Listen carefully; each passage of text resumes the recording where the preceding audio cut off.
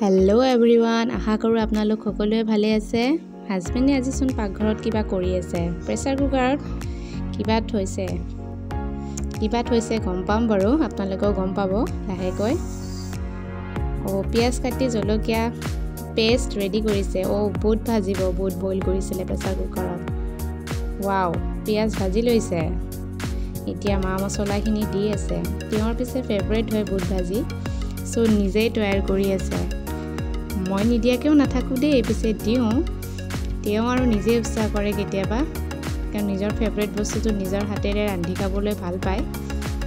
So আবেলি টাইমত কেতিয়াবা এনেকুৱা ইচ্ছা যায় খাবলৈ। সো দুবাটি ওলাই লৈছে। ওয়াও, ধুনীয়া হৈছে ন দেখিবলৈ, খাবলৈ বৰ সোৱাদ হ'ব চাগে। বেটিও লগত খাবলৈ ধৰিছে দেউতাকে খাই শেষেই কৰিলে।